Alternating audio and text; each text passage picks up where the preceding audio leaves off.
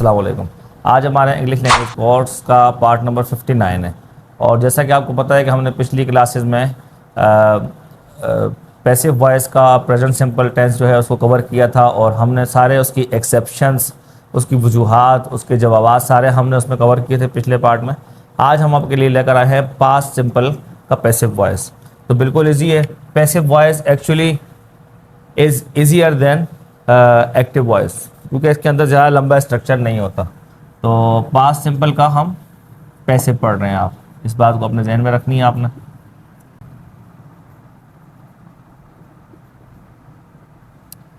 ठीक है, तो सबसे पहले हमारे पास, मैं आपके सामने एक्टिव वॉइस का स्ट्रक्चर लिख दूं ताकि आपके जहन में वो भी रिमाइंड हो जाए दोबारा से कि किस तरीके से हम पास्ट सिंपल का अफर्मेटिव बनाते हैं। तो हमारे पास क्या होता है, सब्जेक्ट होता है प्लस वर्ब की कौन सी फॉर्म होती है एक्टिव वॉइस में। देखिए ये एक्टिव की हेडिंग है, ठीक है, इसको आप अफर्मेटिव नहीं बनेगा समझिएगा, बल्कि ये एक्टिव की हेडिंग है। सब्जेक्ट आता है हमारे पास, वर्ब की सेकंड फॉर्म आती है और हमारे पास क्या आ जाता है, ऑब्जेक्ट या ऑब्जेक्ट, और उसके बाद अगर कोई रिमेनिंग हो तो वो आ जाता है। अगर हमने नेगेटिव बनाना होता है तो क्या करते हैं हम, नेगेटिव बनाने के लिए हमने यहाँ पर डिड लगाना होता है, ठीक है, साथ में उसका नोट लगाना होता है, क्योंकि डिड हेल्पिंग वर्ब होता है, लेकिन अफर्मेटिव में हेल्पिंग वर्ब नहीं आता, नेगेटिव में हेल्पिंग वर्ब आता है पास्ट सिंपल के एक्टिव वॉइस में। उसके बाद अगर हमने इंट्रोगेटिव बनाना हो तो इसको हम शुरू में ले जाते हैं डिड को, और सब्जेक्ट को डिड के बाद ले आते हैं। ये हमारा बन जाता है इंट्रोगेटिव, आखिर में क्वेश्चन मार्क लगा लेते हैं। ठीक हो गया। तो पैसिव में देखिए क्या होता है, पैसिव बनाते वक्त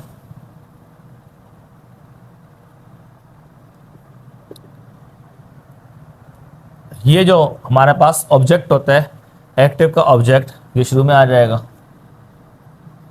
कोई मुश्किल चीज़ नहीं है इसमें, शुरू में आ जाएगा। और ऑब्जेक्ट के बाद हम ले आएंगे हेल्पिंग वर्ब, पैसिव का क्या आ जाएगा, वाज या वर। जैसे प्रेजेंट में इज एम आर था, पास्ट में क्या हो जाएगा, वाज वर। वाज वर हमारा हेल्पिंग वर्ब आ गया। उसके बाद हम क्या लाएंगे, वर्ब की थर्ड फॉर्म। पैसिव में हमेशा एक बात को तो अपने जहन में रख ही लें आप कि मेन वर्ब जो होगा उसकी थर्ड फॉर्म ही आएगी और कोई फॉर्म नहीं आ सकती उसकी। वर्ब की थर्ड फॉर्म के बाद हम क्या करेंगे, उसमें ऐड कर देंगे बाय प्लस सब्जेक्ट अगर हमें लाना हो तो। ठीक है, ये हमारा बन जाएगा पैसिव वॉइस का अफर्मेटिव पास्ट सिंपल का। ठीक है, पास्ट सिंपल की बात हो रही है, हेडिंग को देख के आप समझिएगा कि पास्ट सिंपल का ये है। तो अब बताइए नेगेटिव बनाने के लिए क्या करेंगे। आप ये चीज़ तो बहुत अच्छी तरह समझ गए होंगे कि हम नेगेटिव कैसे बनाते हैं और इंट्रोगेटिव बनाते हैं, ये उससे भी ज़्यादा आसानी से आप समझ गए हैं कि मैंने आपको रूल बता दिया। कभी इंट्रोगेटिव में आप कभी भी इंशाल्लाह मिस्टेक्स नहीं करेंगे, मुझे उम्मीद है इस बात। वाज वर्ब को शुरू में ले आएंगे और ऑब्जेक्ट को उसके बाद ले जाएंगे, देन ये हमारा आखिर में क्वेश्चन मार्क लग जाएगा। ठीक है, तो हमारा क्या बन जाएगा, इंट्रोगेटिव बन जाएगा पास्ट सिंपल पैसिव वॉइस का। ठीक है, तो अब एग्जांपल्स देखते हैं, एग्जांपल्स के बाद आप लोगों को टास्क भी देते हैं, आप कैसे बनाते हैं देखते हैं हम लोग। ठीक है, दे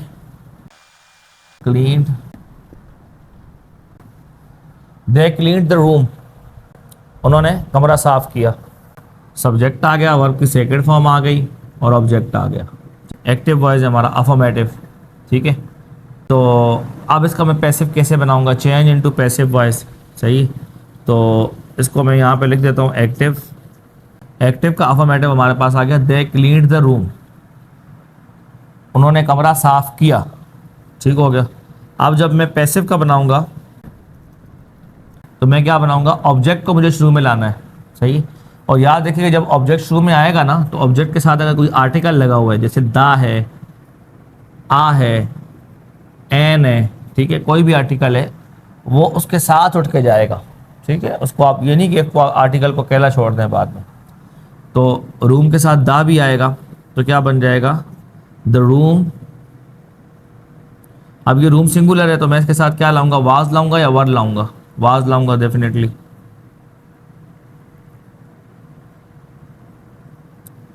वाज,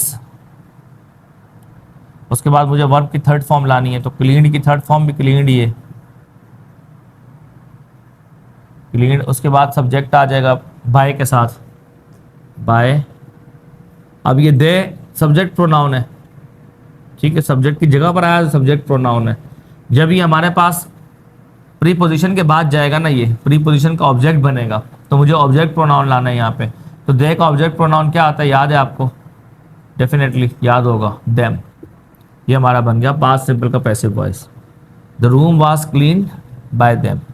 ठीक हो गया। अगर आपको इसका नेगेटिव बनाना है, ठीक है, तो नेगेटिव क्या हो जाएगा, नेगेटिव भी लिख लेता हूँ मैं यहाँ पे। The room was not cleaned by them. तो इंट्रोगेटिव बना देते हैं हम लोग, तो क्या होगा, हेल्पिंग वर्ब शुरू में आ जाएगा। Was the room cleaned by them. ये हमारा इंट्रोगेटिव बन गया। अच्छा, अगर हम इसका टैग क्वेश्चन बनाना चाहें तो टैग क्वेश्चन को मुश्किल है। अफर्मेटिव का टैग क्वेश्चन कैसे बनाएंगे हम लोग, आखिर में कॉमा लाएंगे। ये मैं फुल स्टॉप लगाया हुआ है तो अफर्मेटिव सेंटेंस है, मैं कॉमा लगाऊंगा आखिर में, ठीक है। कॉमे के बाद हेल्पिंग वर्ब के साथ नॉट मिला के लगाना है, सही है, कॉन्ट्रैक्शन के साथ। वाज़ेंट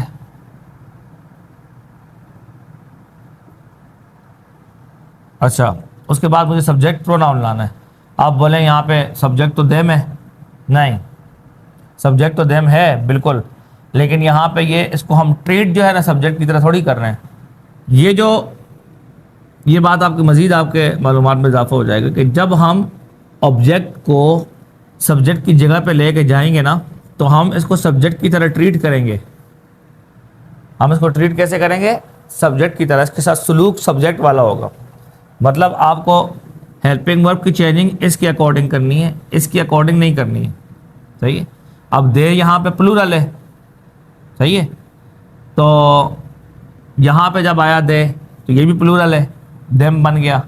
लेकिन इसके हिसाब से अगर मैं हेल्पिंग वर्ब लाता तो फिर क्या लाता, वर लाता, सही है, जो कि सेंटेंस गलत हो जाता, क्योंकि हम हेल्पिंग वर्ब हमेशा सब्जेक्ट के हिसाब से लाते हैं ना। एक्टिव वॉइस में यही हमने देखा है कि दे और वी यू दे के साथ हम वर लाते हैं, ही शी इट के साथ हम वाज लाते हैं, ठीक है। तो यहाँ पर अगर सब्जेक्ट की तरह इसको ट्रीट करेंगे, अगर आप सब्जेक्ट की तरह, तो यहाँ पे हमें वर लाना पड़ता, जो कि सेंटेंस गलत हो जाता। हमने इसको, ये ऑब्जेक्ट जो है ना शुरू में जो आ गया पैसिव वॉइस के, इसको हमने ट्रीट करना है सब्जेक्ट की तरह, इसके हिसाब से हम यहाँ पे वाज लेके आए।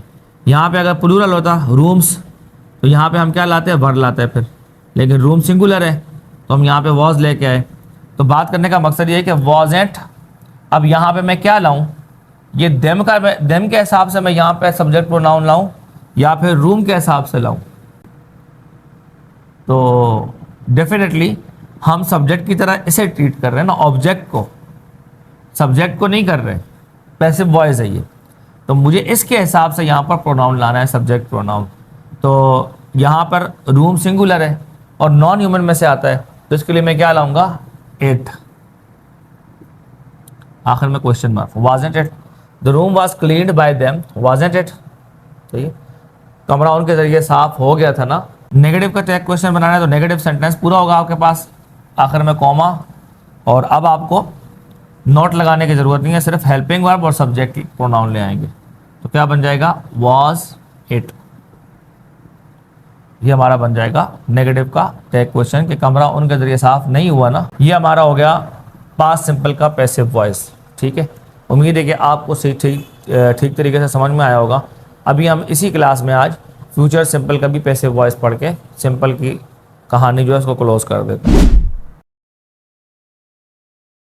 ये हमारा क्या, फ्यूचर सिंपल पैसिव वॉइस। सबसे पहले एक्टिव का स्ट्रक्चर लिखता हूँ आपके सामने ताकि आप रिमाइंड कर लें उसको एक बार। स्ट्रक्चर क्या आता है फ्यूचर सिंपल का, सब्जेक्ट आता है प्लस विल आता है, वर्ब की फर्स्ट फॉर्म आती है प्लस ऑब्जेक्ट आता है, और रिमेनिंग अगर हो तो वो भी आ जाता है। अगर हमने नेगेटिव बनाना हो तो क्या करते हैं, हम यहाँ पर नोट लगा लेते हैं, ठीक हो गया। इंट्रोगेटिव बनाना होगा तो हम क्या करेंगे, इसको शुरू में और इसको हेल्पिंग वर्ब को शुरू में और सब्जेक्ट को हेल्पिंग वर्ब के बाद ले आते हैं। ये हमारा इंट्रोगेटिव बन जाता है, आखिर में क्वेश्चन मार्क लगा लेते हैं। पैसिव का स्ट्रक्चर क्या होगा,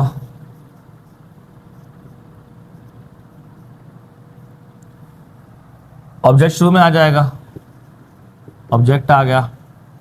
उसके बाद हमने विल और बी लाना है, ठीक है, विल बी, सिर्फ विल नहीं होगा। पैसिव में जब फ्यूचर सिंपल का स्ट्रक्चर होगा तो विल प्लस बी होगा। उसके बाद वर्ब की कौन सी फॉर्म आ जाएगी, थर्ड फॉर्म आ जाएगी। उसके बाद बाय प्लस सब्जेक्ट। अगर आपने नेगेटिव बनाना होगा तो नॉट कहाँ लगाएंगे, बी के बाद या विल के बाद, डेफिनेटली विल के बाद आप नोट लगाएंगे। और अगर आपको इंट्रोगेटिव बनाना है तो विल को शुरू में ले जाइएगा, ऑब्जेक्ट को विल के बाद ले आइएगा, ये हमारा इंट्रोगेटिव बन जाएगा। आखिर में क्वेश्चन मार्क लगा लीजिए। एग्जांपल्स की तरफ आते हैं। सबसे पहले एक्टिव वॉइस का मैं अफर्मेटिव लिखता हूं, she will play cricket, she will play cricket, वो क्रिकेट खेलेगी, ठीक है। तो अब पैसिव क्या बनाएंगे, क्रिकेट खेला जाएगा उसके जरिए, ठीक हो गया, क्रिकेट खेला जाएगा। ऑब्जेक्ट क्या है, क्रिकेट, क्रिकेट शुरू में आ जाएगा, क्रिकेट शुरू में आ गया, क्रिकेट। अब हमारा हेल्पिंग वर्ब आ जाएगा, सही है, ऑब्जेक्ट आ गया शुरू में और हेल्पिंग वर्ब हमारा आ जाएगा क्या, विल बी, विल के साथ बी भी आएगा हेल्पिंग वर्ब में, विल बी। उसके बाद हमारे पास वर्ब की थर्ड फॉर्म आ जाएगी। तो प्ले की थर्ड फॉर्म क्या होगी, प्लेड। बाय, बाय हमारा आ गया। उसके बाद हमने सब्जेक्ट लाना है। शी जो है कौन सा प्रोनाउन है, सब्जेक्ट प्रोनाउन है। जब इसको बाय के बाद लाएंगे तो ऑब्जेक्ट प्रोनाउन बना लेंगे, तो क्या हो जाएगा, बाय हर, ठीक हो गया। ये हमारा बन जाएगा पैसिव का affirmative, future simple passive voice का अफर्मेटिव। अब नेगेटिव बनाएंगे तो क्या हो जाएगा, नेगेटिव बनाने के लिए हमें क्या करना है, विल के बाद नोट लगाना है, क्रिकेट नहीं खेला जाएगा, विल के बाद not, not be played by हर। उसके बाद इंट्रोगेटिव बनाने अगर हमें तो क्या करेंगे, हेल्पिंग वर्ब शुरू में और ऑब्जेक्ट जो है उसके बाद, will cricket be played by हर, आखिर में question mark, will cricket be played by हर, क्या क्रिकेट खेला जाएगा उसके जरिए, ठीक हो गया। अब टैग क्वेश्चन की तरफ आते हैं। टैग क्वेश्चन कैसे बनाएंगे हम लोग पैसिव का, अफर्मेटिव का टैग क्वेश्चन क्या होगा, हम कॉमा लगा देंगे आखिर में। अब हमने क्या लाना है, हेल्पिंग वर्ब प्लस नोट। इसमें हेल्पिंग वर्ब क्या है, विल है, ठीक है। तो विल जहाँ आता है तो हम विल के साथ नोट मिला के कॉन्ट्रैक्शन करते हैं तो क्या बन जाता है, वॉन्ट, वॉन्ट, सही है। एन के बाद अपोस्ट्रोफी लगाना है, उसके बाद टी लगाना है। उसके बाद मुझे बताइए कि मैं क्या लाऊंगा, हर के हिसाब से सब्जेक्ट प्रोनाउन लाऊंगा या फिर क्रिकेट के हिसाब से लाऊंगा। डेफिनेटली यहाँ पे हम सब्जेक्ट की तरह ट्रीट कर रहे हैं ऑब्जेक्ट को, ऑब्जेक्ट क्रिकेट है और यहाँ पे सब्जेक्ट की तरह ट्रीट कर रहे हैं इसे, तो प्रोनाउन फिर क्रिकेट ऐसा लाएंगे जो क्रिकेट की तरफ लौटे। जिस क्रिकेट नॉन ह्यूमन में से आता है तो प्रोनाउन भी जो आएगा वो नॉन ह्यूमन के लिए आएगा, एट आ जाएगा, आखिर में क्वेश्चन मार्क लग जाएगा। Cricket will be played by her, want it, ठीक है, क्रिकेट खेली जाएगी ना उसके ज़रिए। अगर नेगेटिव का बनाना है तो फिर क्या करेंगे, इसी तरह आखिर में कॉमा लगा लें, ठीक है, और विल ले आएंगे खाली, और फिर वही सब्जेक्ट प्रोनाउन क्रिकेट के अकॉर्डिंग लाना है तो क्या हो जाएगा, इट हो जाएगा, विल इट। ये हमारा पैसिव वॉइस बन गया फ्यूचर सिंपल का भी। अभी आपको थोड़ा सा काम दे रहा हूँ, मैं टास्क दे रहा हूँ। मैं आपके सामने एक्टिव वॉइस सेंटेंस बोलूँगा प्रेजेंट सिंपल अफर्मेटिव का, ठीक है, वो करता है, करता है, करती है, करते हैं, ठीक है, इस हिसाब से। तो आपने क्या करना है, आपने उनको चेंज कर कर एक तो आपने तीनों के present simple, past simple, future simple, इनके आपने एक्टिव वॉइस के सेंटेंसेस लिखने हैं अफर्मेटिव तीनों के, ठीक है। फिर आपने क्या करना है, हर एक का अलग अलग हेडिंग डाल के कि भाई ये पास्ट, ये प्रेजेंट सिंपल है, ये पास्ट सिंपल है, ये फ्यूचर सिंपल है, अलग अलग करके आपने उनके पैसिव वॉइस बनाने हैं, प्लस नेगेटिव, इंट्रोगेटिव और टैग क्वेश्चन वाले भी। तो एक के 5 बन जाएंगे फिर, ठीक हो गया पैसिव वॉइस, सही है। और एक्टिव वॉइस सिर्फ एक एक बनेगा अफर्मेटिव, क्योंकि वो आपने पहले प्रैक्टिस की हुई है। पैसिव वॉइस आपने हर एक के 5-5 बनाने हैं, प्रेजेंट सिंपल के भी, पास्ट सिंपल के भी और फ्यूचर सिंपल के भी। इस तरीके से मैं ज़्यादा काम नहीं, थोड़ा सा दे रहा हूँ ताकि प्रैक्टिस में भी आपके आ जाए और आपको ज़्यादा टाइम भी ना लगाना पड़े। Number 1, they build a new hospital. वो एक नया हॉस्पिटल तामीर करते हैं, ये एक्टिव वॉइस का अफर्मेटिव है। नंबर 2, ही रिपेयर्स हिज बाइक। वो अपनी बाइक को रिपेयर करता है। Number 3, the government implements new rules. हुकूमत नए कानून नाफिज करती है। ठीक है, अब ये अफर्मेटिव होगा प्रेजेंट सिंपल का। आपने क्या करना है, पैसिव वॉइस का अफर्मेटिव, नेगेटिव, इंट्रोगेटिव, प्रेजेंट में भी, पास्ट में भी, फ्यूचर में भी बनाना है। तो ये 3 सेंटेंस सिर्फ आपको दे रहा हूँ क्योंकि काम थोड़ा सा ज़्यादा लग रहा है मुझे, क्योंकि आपने प्रेजेंट भी बनाना है, पास्ट भी बनाना है, फ्यूचर भी बनाना है, अच्छी प्रैक्टिस करनी है। तो उम्मीद है कि आपको मेरी बात समझ में आ गई होगी। कोई बात आपको समझ में अगर नहीं आई है, कोई चीज़ ऐसी है कि जो मुझसे बताने में रह गई है या आपको समझने में कोई दिक्कत आ रही है, तो आप कमेंट्स बॉक्स में भी पूछ सकते हैं और उसके अलावा व्हाट्सएप पर भी आप पूछ सकते हैं। तो आज की क्लास हमारी इतनी है। उम्मीद है आपको क्लास पसंद आई होगी, समझ में आई होगी। तो मिलते हैं नेक्स्ट क्लास में, तब तक के लिए अल्लाह हाफ़िज़।